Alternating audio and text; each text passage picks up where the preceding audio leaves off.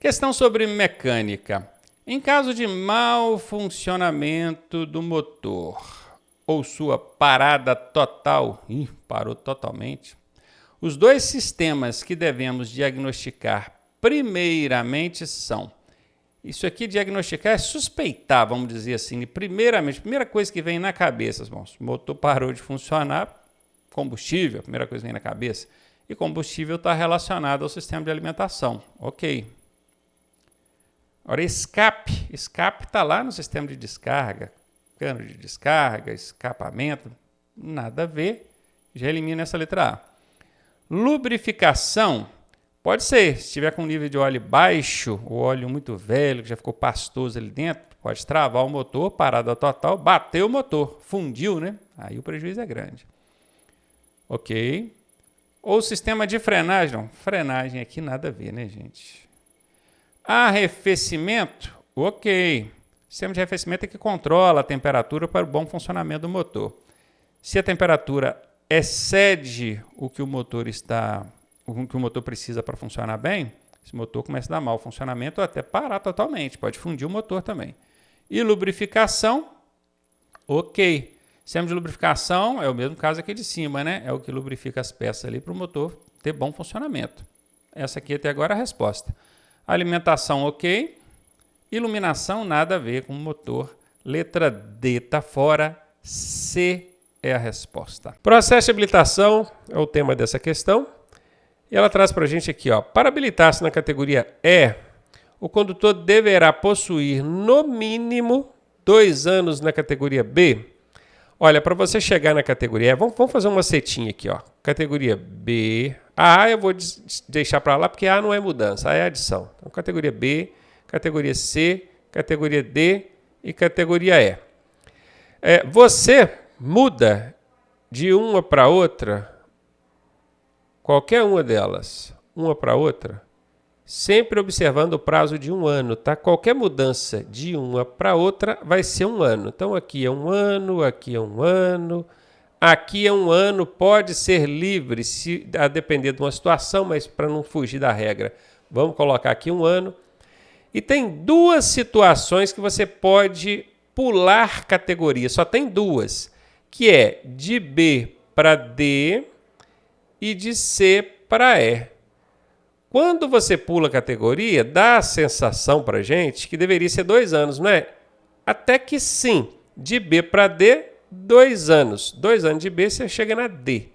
Agora, de C para E, não precisa de 2 anos, não. É 1 ano só. 1 ano. E aí, olha como é que a regrinha fica fácil. Você pode ligar 1 a 1 e cá embaixo ligar o B no D e o C no E. Fez as ligações? A única que você vai precisar decorar o prazo é essa daqui, ó. 2 anos. Porque qualquer uma outra vai perguntar e você vai responder 1 ano. Sacou? Aprenda a fazer esse macete. Se ficou confuso, volte o vídeo, assista de novo. Aprenda a montar esse macetinho aqui. Aprenda. É possível pular da B direto para E? Não. Olha aqui que no macetinho só tem 2 possibilidades de pular. Ó. É de B para D e de C para E. Só essas 2. Direto chega para mim que a gente fala, ela tem 30 anos de categoria B. Eu posso ir direto para E? Não pode. Porque a B não liga na E dentro do nosso macetinho aqui. Beleza? Então, bora lá. Se ele quer chegar na E, ele precisa ter ou 1 ano de D ou 1 ano de C, que são essas 2 possibilidades aqui, né? Vou até mudar a cor da caneta para vocês acompanharem, ó. Vou meter uma caneta verdinha. Para chegar na E, só tem 2 caminhos, ó. Olha os que chegam na E aqui, ó. Esse aqui, ó. Onde que está chegando? Lá na C, não é? E ele diz que é com 1 ano de C. Ou então aqui. São as 2 únicas maneiras dele chegar na E, ó. Ele de D para E, também 1 ano. Bora ver qual das 2? 2 anos... Deixa eu mudar a cor da minha caneta aqui de novo, pera aí. 2 anos na categoria B, não chega na E, tá fora. 3 anos na categoria B, não chega na E. De categoria B, você nunca vai chegar na E, tá? Aqui, ó, de novo, B aqui, ó. Pode eliminar. 1 ano na categoria C, chega ou não? Aqui, ó, de C para E, 1 ano, tá aqui, letra D de dado. É difícil decorar esses prazos? É, mas aprenda a montar o macetinho. Montou o macetinho, meu amigo, um abraço, tá bom? Ou então só decora que a única que exige 2 anos é de B para D. B para D é a única que exige 2 anos, o resto é tudo 1 ano. Aí fica mais fácil ainda. Não precisa nem de montar macetinho. Processo de habilitação. Representa uma mudança de característica no veículo Mudança de característica do veículo. O veículo ele tem no seu registro, na sua documentação, algumas características. A cor, o modelo, para que ele serve, se é particular, se é para aluguel. Uma mudança de característica, ela é o quê? Um pneu liso, o pneu está careca. Isso é uma mudança de característica? Não, até porque nem consta na documentação e registro de veículo as condições de uso do pneu, pois subentende-se que os pneus vão estar sempre em boas condições de uso, né? Começou a desgastar ali, você já chegou na banda no TWI, né? Que é o indicador de hora de trocar ali, o pneu você vai trocar. Isso aqui não é alteração de característica, gente, nada a ver. Descarga livre. O motoqueiro vai lá, abre, tira o miolo do escapamento para ficar barulhento. Isso é uma mudança de característica? Não. Porque a mudança de característica em só é aquela que pode ocorrer conforme a legislação de trânsito. É óbvio que mediante autorização da autoridade de trânsito, mas ela pode ocorrer. E uma descarga livre ela não pode ocorrer. Isso aí é danificar o veículo. Quando você vai lá e tira o miolo do escapamento, isso não é mudança de característica, é um dano que você está causando ao veículo e isso é infração de trânsito, tá? Não pode. Instalação de rádio ou toca-fitas ou multimídia. Bom, rádio, acho que todo mundo sabe o que é, aparelho de rádio. Toca-fitas, talvez a maioria de vocês nem saiba, né?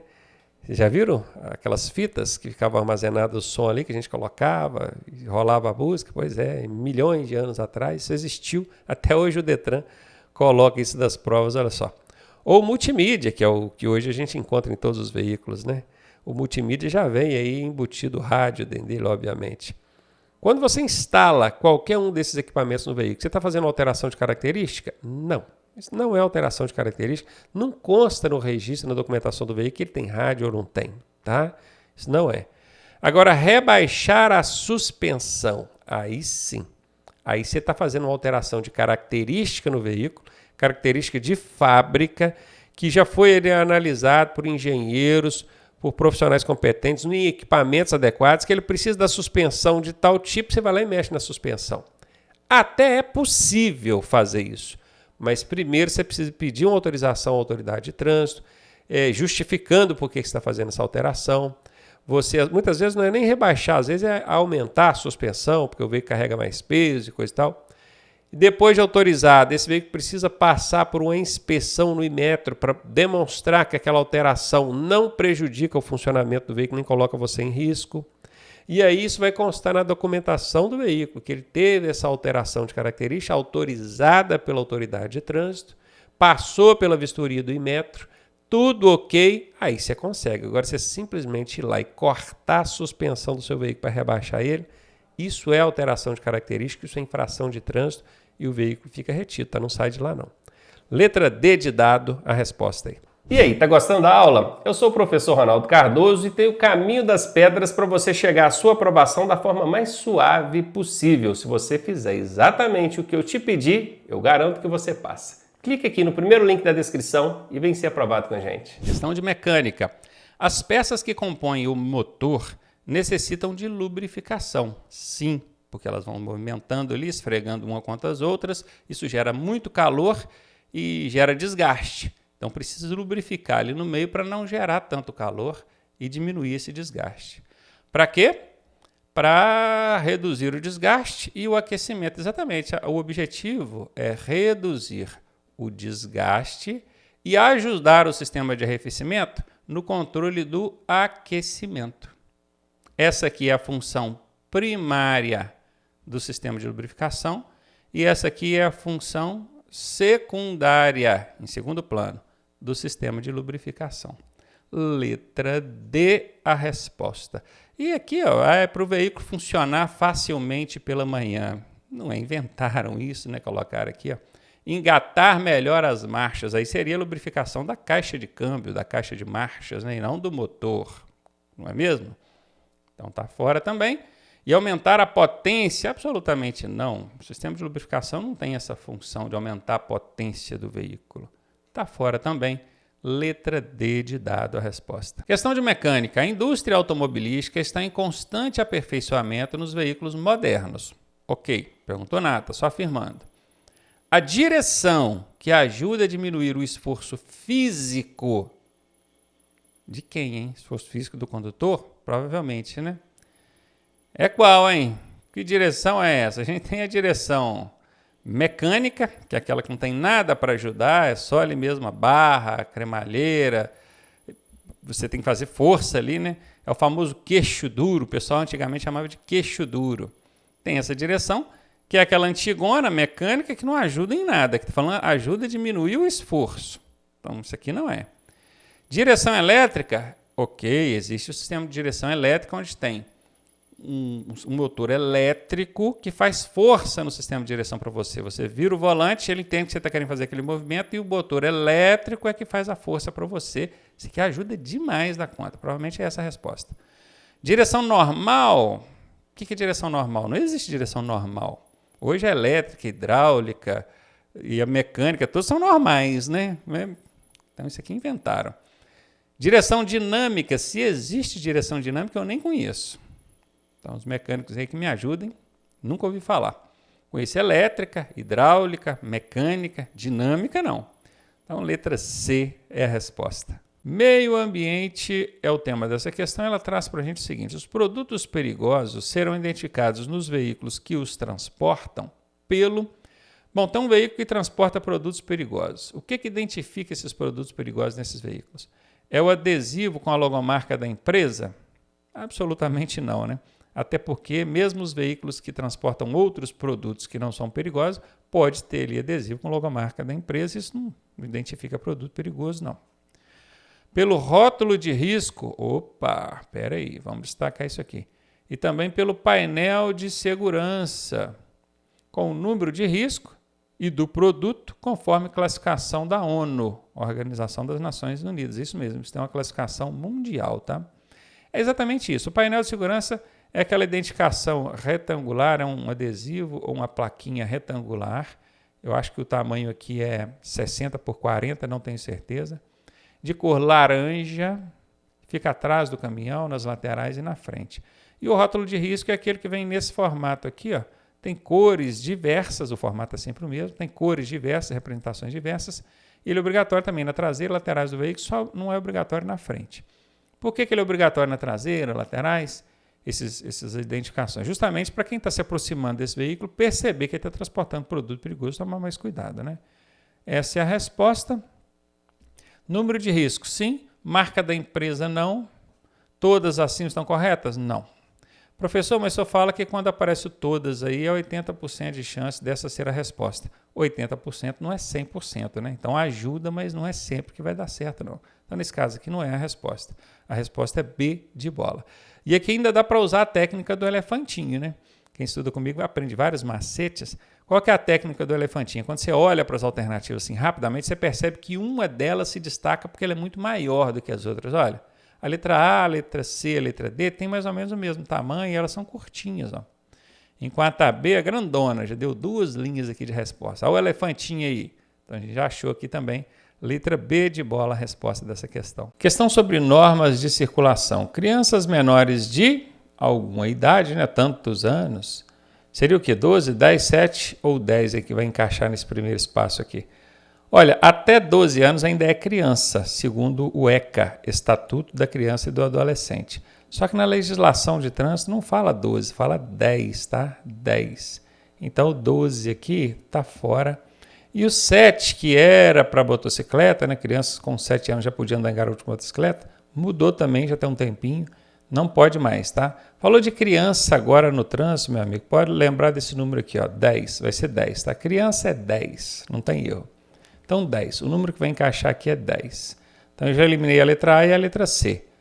Vai ser B ou D a resposta. Bora ver? Crianças menores de 10 anos de idade devem ser transportadas no banco traseiro ou no banco dianteiro? Banco traseiro, né, gente? Então, letra B de bola, que é o que vai encaixar aqui, ó. Banco traseiro. Isso. Traseiro. E acomodado em dispositivo de retenção, aí o bebê conforto, cadeirinha, 7 elevação, ou cinto de segurança, presa ao cinto de segurança do veículo, ou Isofix, né? Porque hoje em dia os veículos têm também um dispositivo chamado Isofix, que serve para prender ali a cadeirinha, dá para prender, não precisa prender no cinto não, tá? Então tem uma opção ou outra aí, também vale. B de bola aí é a resposta. Questão sobre normas de circulação. Marque a alternativa verdadeira. Toda via não sinalizada é considerada mão única, mão dupla, a pista dupla, né? É mão dupla ou preferencial. Aí a primeira coisa que confunde aqui é o tal do pista dupla e mão dupla. Pista dupla são duas pistas, pista mesmo. Imagina um canteiro central aqui, e aí de um lado nós temos várias faixas de trânsito, todas indo nessa direção. Isso aqui, ó, do canteiro central para cá é uma pista. No sentido contrário, a mesma coisa. Nós temos várias faixas de trânsito vindo na mesma direção, todo mundo descendo. Do canteiro central para cá é outra pista.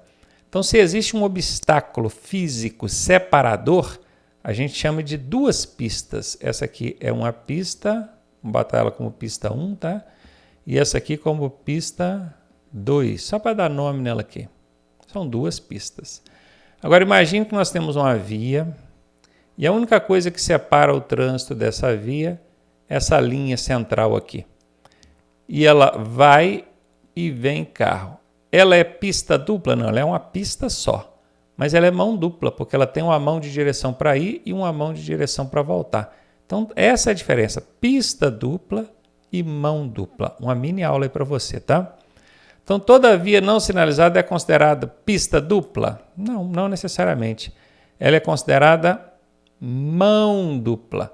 Porque para eu saber que aqui o trânsito só pode ir num sentido, para eu saber que não pode vir de lá para cá, tem que ter placa com a setinha aqui proibindo. Quem vem de lá para cá tem que ver a plaquinha aqui proibindo.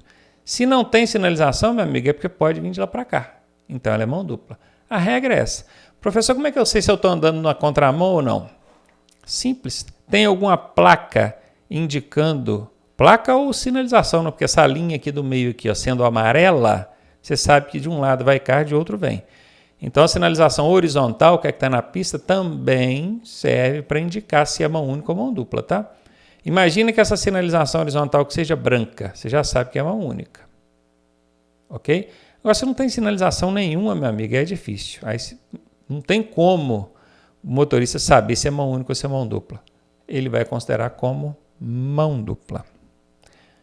Letra C. Questão sobre sinalização viária. A sinalização semafórica, que é a do semáforo, né? Ilustrada na imagem, essa imagem aqui, significa o quê? É estranho, você já viram um semáforo com esse tipo de sinalização aqui? Pois é, mas existe. Existem 9 tipos de sinalizações semafóricas. 9, 7 de regulamentação e 2 de advertência. Se você não conhece, isso é estranho para você, volte lá no curso e veja a aula sobre isso. Porque você precisa conhecer todos esses tipos. Não é só aquele semáforo padrãozão lá, com 3 focos, um em cima do outro, onde você tem aqui o vermelho, aqui o amarelo e aqui o verde, não. Que não é só isso, não. Isso aqui é o padrãozão, tem um monte, tá? E aqui, olha só, a prova está querendo saber qual que é o nome desse aqui. O que isso aqui chama? Seria direção controlada, controle ou faixa reversível, direção livre ou sentido obrigatório? Essa resposta aqui, ó, esse aqui é um semáforo de controle ou de faixa reversível. Controle porque ele pode ser utilizado numa ponte móvel, por exemplo, quando a ponte vai se erguer para passagem de embarcações, é esse tipo de semáforo aqui que é utilizado, é o de controle. Quando você está chegando num pedágio, por exemplo, você saber qual cabine de pedágio está funcionando ou não, é esse tipo de semáforo aqui que vai te dizer. É um semáforo de controle, passa ou não passa. Se está com um xizinho aceso, não passa. Se está com verdinho, setinha verdinha, passa.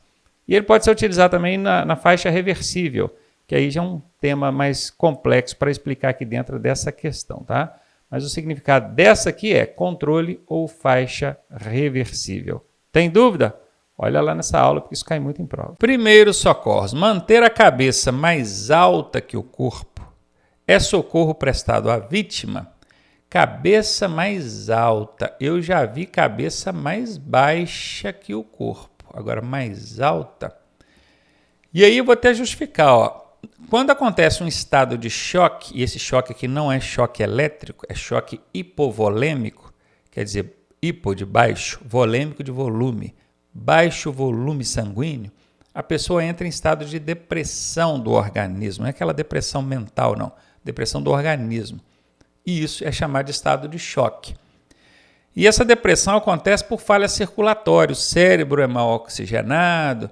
Então, no caso de um estado de choque, a cabeça da vítima tem que ficar mais baixa que o restante do corpo. A gente coloca a vítima deitada, eleva as pernas dela um pouquinho, que é para o sangue vir todo para a cabeça, oxigenar melhor o cérebro e ela sair desse estado de choque. Então, guarde, você já entendeu o que é estado de choque, já sabe que no caso de estado de choque, devido à falha circulatória, a cabeça tem que ficar mais baixa. Mas nesse caso aqui, a questão está falando de cabeça mais alta. Então aqui eu já sei que não é, já vou eliminar. Quando ela estiver com ferimentos na cabeça, não citou o tipo de ferimento. Mas um ferimento na cabeça, se você coloca a cabeça abaixada, um corte, por exemplo, aumenta o sangramento. Se for uma pancada, vai aumentar o inchaço, se a cabeça estiver mais baixa, né? Então, o levantar, sobrelevar o tórax e a cabeça da vítima ali um pouquinho, ainda que ela permaneça deitada, né? Mas sobreleva um travesseiro, alguma coisa debaixo da nuca dela, mantém a cabeça mais alta, evita que a perda de sangue aumente, evita que o edema ou inchaço aumente. Então, aqui, ok, apesar de não ter especificado que tipo de ferimento. Quando ela estiver com as pupilas dilatadas, olha, pupila dilatada, pupilas são esses pontinhos escuros que a gente tem no meio do olho. Essas pupilas dilatadas podem indicar várias coisas, uma parada cardíaca, intoxicação por barbitúrico, uma série de coisas. Mas não é o caso aqui de manter a cabeça mais alta por conta de pupila dilatada, não, até porque aqui nem diz qual é o problema, só disse de um sinal, um sintoma, que são as pupilas dilatadas. Eu não vou, não. Com a temperatura baixa, quer dizer, ela está com hipotermia, temperatura muito baixa, manter ela de cabeça levantada vai resolver ou ajudar? Não tem nenhuma relação. A resposta é a letra B de bola mesmo.